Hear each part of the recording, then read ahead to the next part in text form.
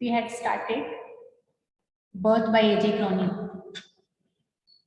We will continue from the place where we had left. In last class, we discussed that Dr. Andrew Mention had gone to help Morgans who were expecting their first child 20 years after their marriage. So condition was not very normal, and that's why it was very complicated since Andrew Mention was a new practitioner. So it was not very easy for Dr. Andrew Mention to handle the case. But anyhow, he showed confidence and he waited for the progress. He was waited in the kitchen, and mother and Joe Morgan's mother-in-law prepared tea for him. And now he's lost in his own thoughts. He's still waiting in the kitchen. अभी समय है delivery में, ऐसा उनको लगता है. So his downstairs is waiting in the kitchen में थोड़े समय के लिए वो टाइम स्पेंड करते हैं while he is sitting near the fire and he is lost in his own thoughts. हमने पहले डिस्कस किया था कि last evening he was having a kind of conflict with his girlfriend Christine. So he was upset by in his thoughts and he is not very normal. So the same thought is haunting in his mind again and again whenever he finds free. So these all we have already covered.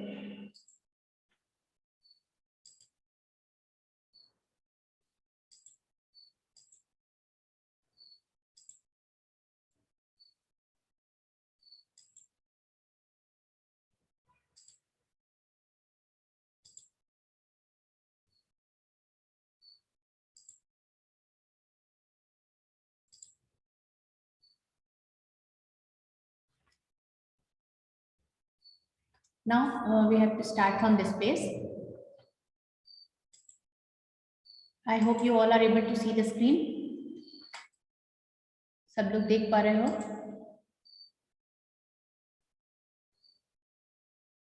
Yes. Okay. So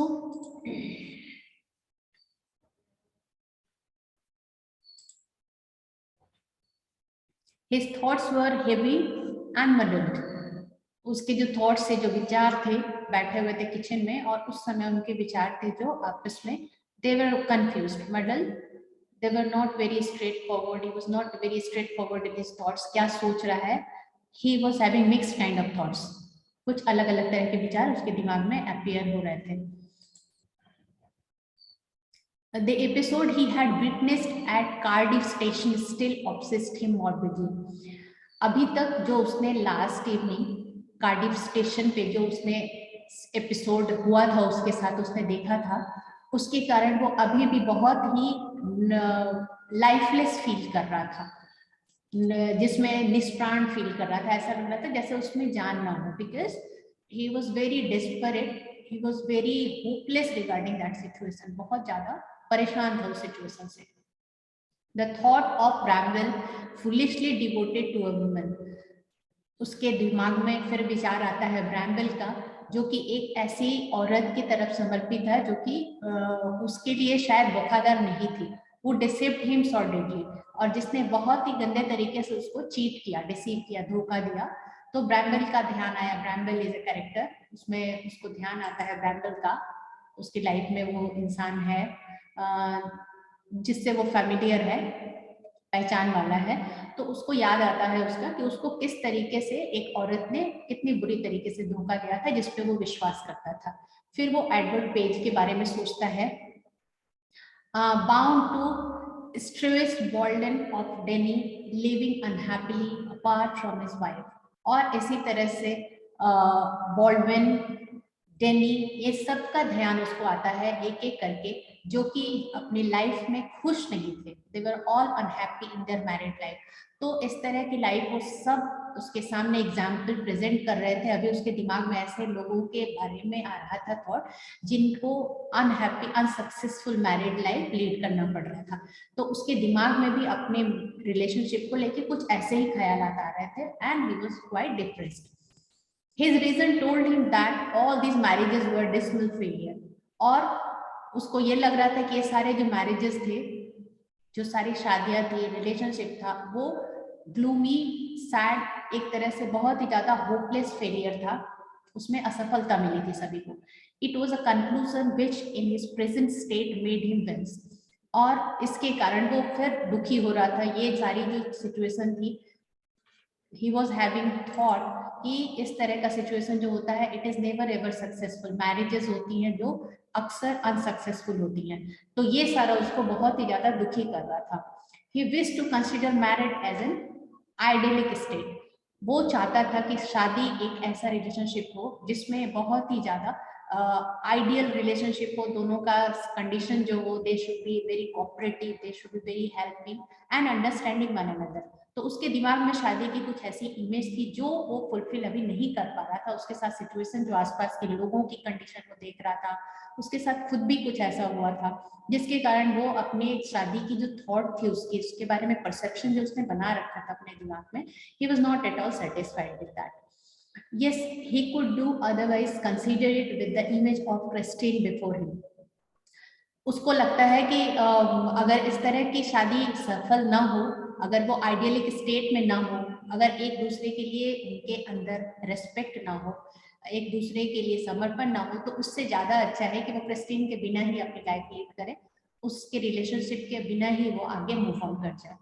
her eye shining towards him admitted no other conclusion, और उसकी आंखें जो अभी याद आ रही है, Christine की shining eyes, जो उसने देखा था, उसकी तरफ देख रही थी जिस नजरों से, तो वो उसको और कुछ ज्यादा उससे और कोई कंक्लूजन नहीं निकाल पा रहा था। बस उसको ये लग रहा था कि शायद क्रिस्टीन के बिना आगे लाइफ लीड करना ही एक विजडम होगी, बुद्धिमत्ता होगी, क्योंकि उसको जो भी मैरिज का कंक्लूजन अभी दिमाग में समझ में आ रहा था, that was all unsuccessful and failures. So this is all was going on in his mind. वो वहां पे बैठा हुआ है, he is waiting for the progress. जो पेशेंट है, डिलीवरी के पेशेंट है, मिसेस मॉर्गन, उनके प्रोग्रेस का वेट कर रहा है किचन में। उसी समय उसके दिमाग में अलग अलग तरह के विचार आ रहे हैं। Now it was conflict between his level doubting mind and overflowing heart that left him resentful and confused. अब उसके अपने लेवल पे जो उसके दिमाग में कॉन्फ्लिक्ट चल रहा था, वो था डाउटिंग माइंड। उसका दिमाग जो था वो उसको क्वेश्चन कर रहा था कि whether their marriage will be successful और नॉट, और उसका हर्ट जो था कहीं ना कहीं ही लव क्रिस्टी, तो वो चाहता था उसके साथ रिलेशनशिप कंटिन्यू करना। And since it was resentful, dissatisfied and confused, so there was a situation of dilemma in his mind. वो बहुत ज्यादा कंफ्यूज है, he is unable to decide what to do, और ये सारे थॉट्स उसको हॉन्ट कर रहे हैं, बार बार उसके दिमाग में अपीयर हो रहे हैं, जो कि उसको कंफ्यूजन क्रिएट कर रहा है। And he is resentful, dissatisfied. he let his chin sink upon his chest. अब वो अपने चिन जो है उसकी ठोड़ी अपने चेस्ट में लगा लेता है सोचने के लिए। he looked fully down in a contemplative and pensive mood. contemplative, engrossed in deep thoughts, वो डूबा हुआ है गहरे विचारों में, और ये उसकी जेस्चर बता रही है। stretched out his legs, stared broodingly into the fire. और अपने पैर आगे फैला लेता है और स्टेयर करता है broodingly. Lost in deep thoughts, brooding is lost in deep thoughts, बहुत ज्यादा गहरे विचारों में खोया हुआ आग की तरफ देख रहा है। He remained like this so long, और इसी तरीके से वो थोड़े समय तक बैठा रहता है। And his thoughts were so filled with Christine that he started when the old woman opposite suddenly addressed him. वो इतना ज्यादा क्रिस्टीन और ये सारी चीजों के बारे में सोच रहा है, प्रेजेंट से बहुत दूर जा चुका है, अपने थॉट्स में ही लॉस्ट है। तो जैसे वो स्टार्टल्ड हो जाता है, सरप्राइज हो जाता है, जब सामने ओल्ड वुमन जो है, जो मॉर्गन की मदर इन लॉ है, वो जब उसको बोलती है, टोकती है, तो वो अचानक अपने प्रेजेंट में आता है, तो थोड़ा सरप्राइज हो जाता है, चौंक जाता है। Addressed him. Her meditation had pursued a different course. उसका मेडिटेशन कुछ अलग ही था, because she was in present, she was worried about her daughter. तो ऑब्वियस था कि उसकी चिंता कुछ अलग थी। वो टोकती है डॉक्टर एंड्रू मेंशन को, तो वो अपने प्रेजेंट में वापस आते हैं। Susan said not to give her the chloroform if it would harm the baby. Suzanne said, कहती है वो कि सुजैन ने कहा है कि क्लोरोफॉर्म न दे उनको, हो सकता है क्लोरोफॉर्म से बेबी को कोई हार्म हो जाए। तो क्लोरोफॉर्म पता है आपको एनेस्थेटिक होता है, तो इसको यूज करते हैं बेहोश करने के लिए या सेंस थोड़ा उनको अनकॉन्शियस करने के लिए, ताकि उनको पेन कम महसूस हो और जो प्रोसेस है, ऑपरेशन का प्रोसेस है, वो सारा कुछ आसानी से हो जाए। तो वो कह रही है मदर इन लॉ कि सुजैन ने कहा है, सुजैन इज मिसेस मॉर्गन, जो मॉर्गन की वाइफ है सुजैन मॉर्गन, तो उसने कहा है कि उसको क्लोरोफॉर्म न दे, हो सकता है क्लोरोफॉर्म से क्योंकि बेबी को हार्म हो। She is awful set upon this child, और कह रही है कि वो बिल्कुल भी इसके ऊपर रिस्क नहीं लेना चाहती, बच्चे के बारे में बहुत ज्यादा कॉन्शियस है। She pins great hope about the new baby to arrive. Doctor Basu फिर से बोलती है, उसको एड्रेस करती है प्यार से, lovingly.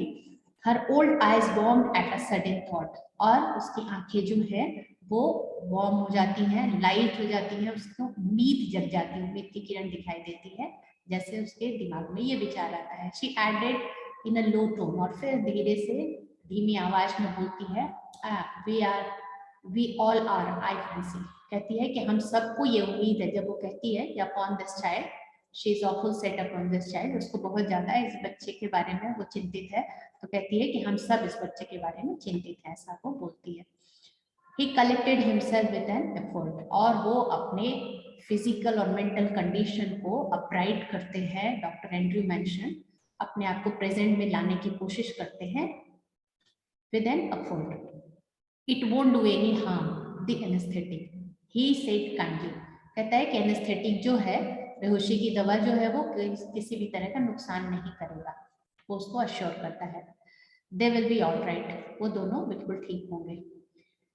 Here the nurse's voice was heard calling from the top landing. अब इस समय नर्स की आवाज आती है जो ऊपर से लगा रही है। Andrew glanced at the clock. Andrew clock की तरफ देखते हैं, which now shows 3:30, जिसमें 3:30 सुबह के बज चुके थे। He rose and went up to the bedroom. उठता है और ऊपर बेडरूम में जाता है। He perceived that he might now begin his work, और उसको ऐसा लगता है कि अब उसको अपना काम स्टार्ट करना चाहिए। An hour elapsed, 1 घंटा बीत जाता है। It was a long harsh struggle. उसका जो स्ट्रगल था वो बहुत ही लंबा और टफ था। Then as the first streak of dawn strayed past the broken edges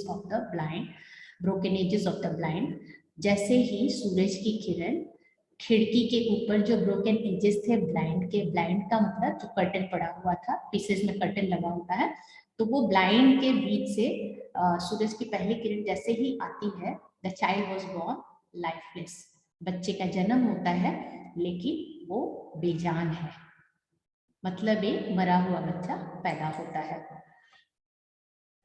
As he gazed at the still form, a shiver of horror passed over Henry. जैसे ही उसने इसको देखा, उस एक झुरझुरी डर की उसके अंदर फैल गई, बहुत ही ज्यादा स्केयर्ड हो जाता है, डर जाता है जैसे वो देखता है स्टिल बॉर्न बेबी को।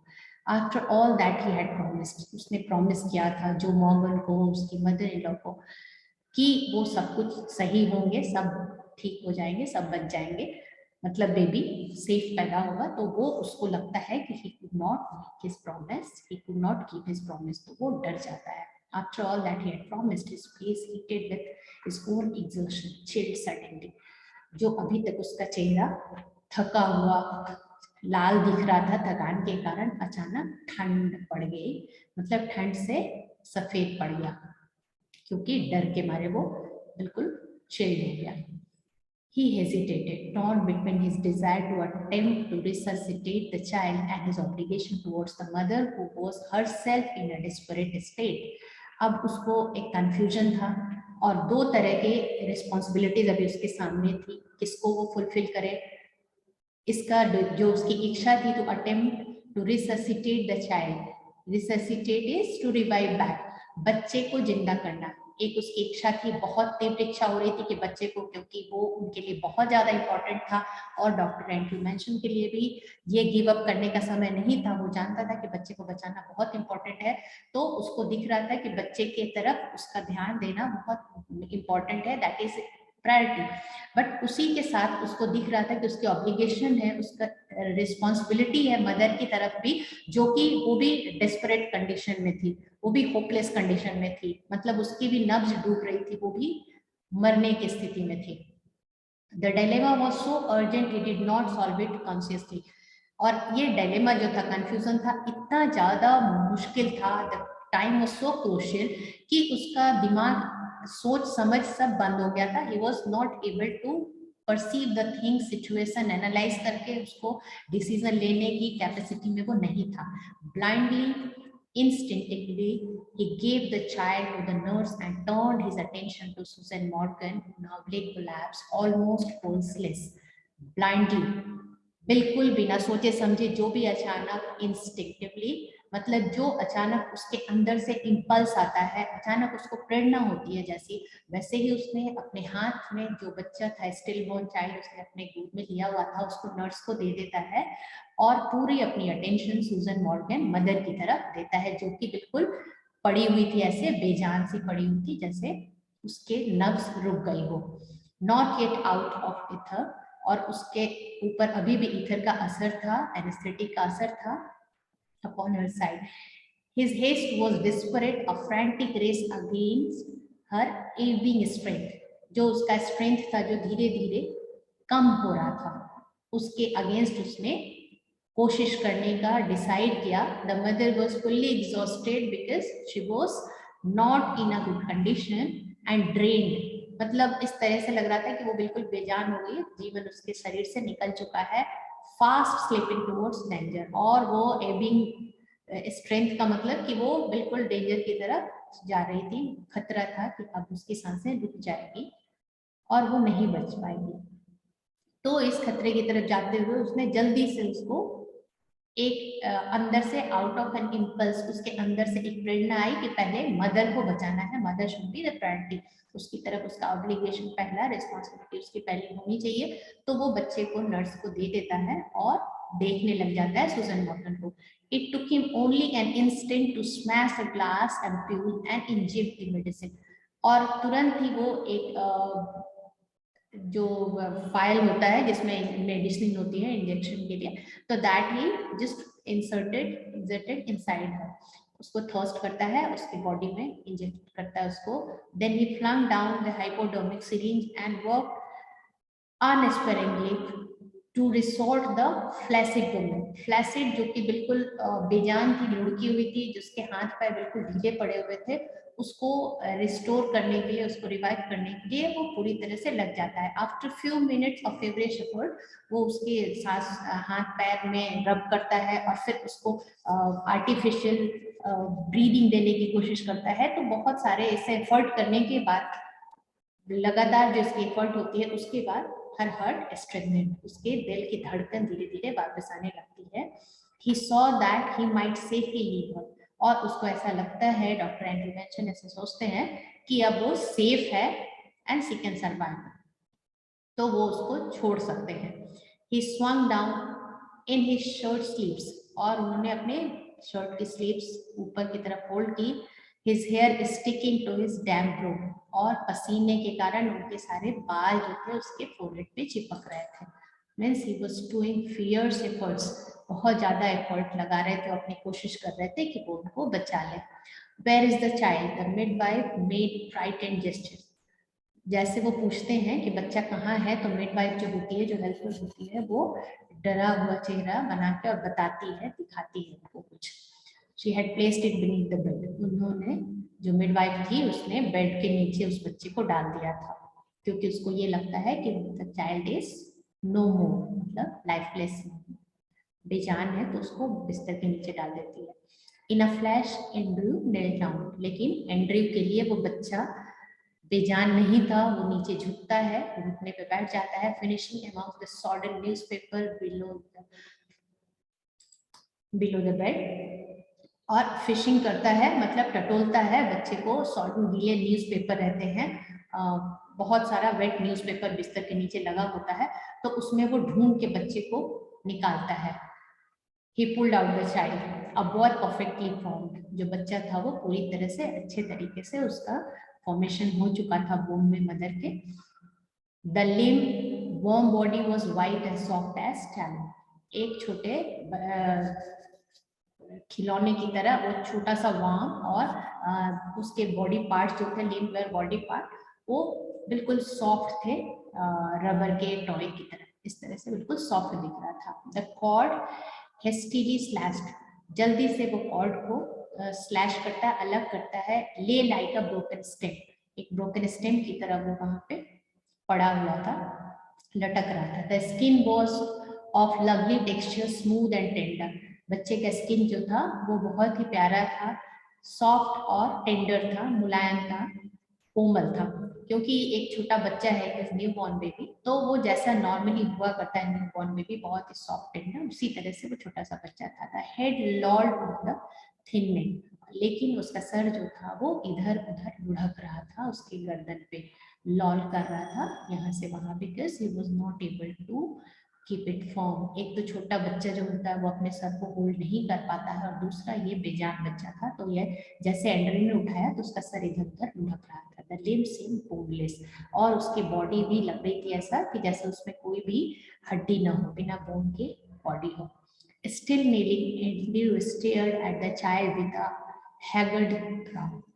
अभी भी वो घुटनों पे ही बैठा हुआ था और बच्चे को देखता है, उसकी तरफ आईब्रो टेढ़ा करके, फ्रॉन के साथ, मतलब रिंकल करके आईब्रोज को देखता है, और he is confused. The whiteness meant only one thing, asphyxia. अब उसको ये समझ में आता है कि जो चेहरा बिल्कुल सफेद पड़ा हुआ है, बॉडी बिल्कुल कलरलेस है, तो इसका मतलब है एस्फिक्सिया पैलिडा, जो कि होता है. And his mind unnaturally tensed, raced back to the case he once had seen in Samaritan. Samaritan में जो उसने देखा था एक केस, वो अचानक उसको याद आ जाता है, रिकॉल कर लेता है, to the treatment that he had been used. और जो ट्रीटमेंट वहां पे यूज किया था ट्रेनिंग के समय, वो उसको याद आ जाता है. Instantly he was on his feet, और अचानक वो अपने पैरों पे आ जाता है. पैरों पे आ जाता है मतलब he starts walking at once. Get me hot water and cold water. कहता है कि गर्म और ठंडा पानी लेके आओ. He threw out to the nurse. Nurse को तेजी से तेज आवाज में बोलता है. The basin too quickly. The doctor, she faltered. बोलती है. Her eyes on the parrot body. Quick, he shouted. उसकी आंखें उस बच्चे, बेजान बच्चे पे है. नर्स को दिख रहा है कि बच्चा बेजान है और ये क्यों पानी मांग रहा है, ठंडा और गर्म पानी. तो वो बोलती है, ऑब्जेक्शन करने की कोशिश करती है, लेकिन डॉक्टर उसकी बात नहीं सुनता, कहता है जल्दी करो. Snatching a blanket, he laid the child upon it and began the special method of respiration. वो जल्दी से एक ब्लैंकेट निकालता है, बच्चे को उस पर रखता है, और रेस्पिरेशन का जो मेथड है, सांस देने का, जो आर्टिफिशियल ब्रीदिंग होती है, वो देना शुरू करता है. The basin arrived ever the big iron kettle. Basin लेके आती है, बड़े बड़े जार लेके, जो बेसिन कह सकते हो कि बड़ा सा आप पानी का जो बेसिन है, बकेट टाइप का, जिसमें कि वो बच्चे को डिप करना है उसको, तो वो बड़ा पॉट, तो वो लेके आती है. और केटल में बहुत गर्म पानी है, केटल में बिग आयरन केटल है उसके साथ, तो उस पर पानी भी लेके आती है, गर्म पानी. Frantically he splashed cold water into one basin, और एक पॉट में, एक जार, मतलब एक भगोने में, भगोने की तरह कह सकते हो, एक भगोने में वो ठंडा पानी डाल देता है. and into other he makes the water as hot as his hand could bear, और दूसरे में वो गर्म पानी जो वो केटल में था, उसमें से वो पानी मिक्स करता है. and he tastes it on his own hands, अपने हाथ पे टेस्ट करके देखता है कि वो कितना बेयर कर सकता है, कितना बर्दाश्त कर सकता है. Then like some crazy juggler, और फिर एक पागल जादूगर की तरह, जैसे कोई फ्रैंटिक जादूगर हो, जगलर हो, मैजिशियन हो, he hurried the child between the two, now plunging it into the icy, now then into the steaming bath. एक बार उसको आइसी कोल्ड वाटर में डालता है, और फिर उठा के तुरंत उसको स्टीमिंग हॉट बाथ देता है. तो इस तरह से वो बारी बारी से ठंडे पानी और गर्म पानी में उस बच्चे को एक जादूगर की तरह, बिल्कुल जो पागल जादूगर हो, फ्रैंटिक क्रेजी जादूगर जो हो, उस तरह से, because he is out of his senses, उसको समझ नहीं आ रहा है, he is doing all this things out of an impulse. उसने अपने ट्रेनिंग के समय सीखा था जो, वो आज उसको एम्प्लॉय करने का टाइम आया था, वो उसको एप्लीकेबल करके देख रहा था कि वेदर इट इज वर्किंग और नॉट। 15 minutes passed, 15 मिनट बीत जाते हैं। Sweat was now running into Andrew's eyes, blinding him. अब पसीना उसके सर से निकल के उतर के नीचे ड्रॉप कर रहा था उसकी आंखों में, और जिसके कारण उसकी आईज ब्लर हो रही थी, आई साइड्स ब्लर हो रही थी। One of his sleeves hung down dripping, एक उसका स्लीव जो था नीचे की तरफ लटक रहा था, वो गीले होके पूरी तरह से उसमें से पानी टपक रहा था। हिज ब्रेथ केम पैंटिंगली, और उसके सांस जो थी वो भी पैंटिंग आ रही थी, हाँफ रहा था वो पूरी तरह से, शॉर्ट ऑफ ब्रेथ था। But no breath came from the lax body of the child. लेकिन अभी भी इतने एफर्ट के बाद, 15 मिनट लगातार फियर्स एफर्ट के बाद भी उस बच्चे को सांस आना शुरू नहीं हुआ था, उसने ब्रीथ करना स्टार्ट नहीं किया था। अ desperate sense of defeat pressed on him, उसको ऐसे लगने लग जाता है एंड्रयू को कि शायद वो हार रहा है। और रेजिंग होपलेसनेस, उसकी उम्मीद लगता है कि टूट जाएगी, अब उसकी उम्मीद खत्म हो जाएगी। He felt the midwife watching him in a stark consternation, और उसको दिख रहा था कि वो मिडवाइफ जो थी, जो हेल्पर थी, वो खड़ी थी और उसके अंदर बहुत ही ज्यादा एक ऐसे भाव थे, नफरत के, घृणा के भाव थे, जो वो देख रही थी कि what is he doing with this dead child. उसको ये लग रहा था कि इस मरे हुए बच्चे के साथ ये क्या कर रहा है, ये उसके अंदर इस तरह का हेट्रेड का इमोशंस आ रहा था उस मिडवाइफ के अंदर। वो खड़े होके देख रही थी उसको। While they are pressed back against the wall, और वहीं पे pressed back against the wall where she had all the time remained, her hands pressed to her throat, uttering no sound, her eyes burning upon him was the old woman।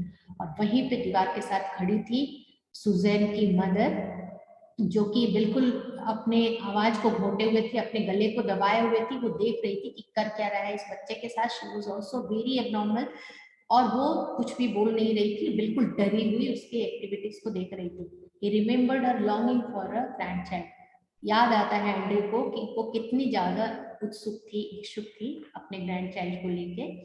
As great as had been her daughter's longing for this child, उतनी ही ज्यादा उत्सुक होगी जितनी की Suzanne को इस बच्चे के लिए चाहत होगी। All dashed away now, futile beyond remedy, और लग रहा है कि सब कुछ बेकार हो गया, सबकी इच्छा अब कभी भी वो विश को फुलफिल नहीं कर पाएगा, सारे यूजलेस हो गए, उसके सारे एफर्ट, सारी कोशिश बेकार लग रही थी। The floor was now draggled mess, अब चारों तरफ पूरी तरह से पानी गिरा, और पानी से गिला हुआ और फटे हुए न्यूज़पेपर, डैम्प सॉइल, सारा कुछ पूरी तरह से उस कमरे में फैला हुआ, बिल्कुल बिखरा हुआ कमरा दिख रहा था। Stumbling over a sopping towel, Andrew almost dropped the child। एक जैसे वो बच्चे को यहाँ से इस टब से उठा के उस टब में डाल रहा था, तो ऐसे लगा एक बार कि उसके हाथ से वो बच्चा छूट गया, ऐसे लगा कि वो बच्चा गिर जाएगा। Which was now wet and slippery in his hands, क्योंकि वो गीला था और उसके हाथ भी जो थे वो गीले हो चुके थे। टॉवेल सारा कुछ पूरी तरह से, वो खुद भी बहुत ज्यादा गीला था, तो he was unable to manage, उसको मैनेज नहीं कर पा रहा था बच्चे को, उसके हाथ से स्लिप होने वाला था। Like a strange white fish, जैसे मछली हो इस तरह से, क्योंकि वो लगातार ठंडे और गर्म पानी में डूबते हुए बच्चा भी बहुत फिश की तरह स्लीपली हो चुका था, तो ऐसा लगा कि अभी उसके हाथों से छूट जाएगा। और mercy sick doctor whimper the midwife, वो चिल्लाती है जैसे देखती है कि उसके हाथों से वो नीचे गिरने वाला है। इट्स स्टिल बॉर्न, मतलब ये मरा हुआ बच्चा है, ऐसा वो बोलती है। एंड्रयू डिड नॉट हीड हर, लेकिन एंड्रयू उसकी तरफ ध्यान नहीं देता और अपना काम कंटिन्यू रखता है। So will continue from this place only. This is all for now, see you in the next class.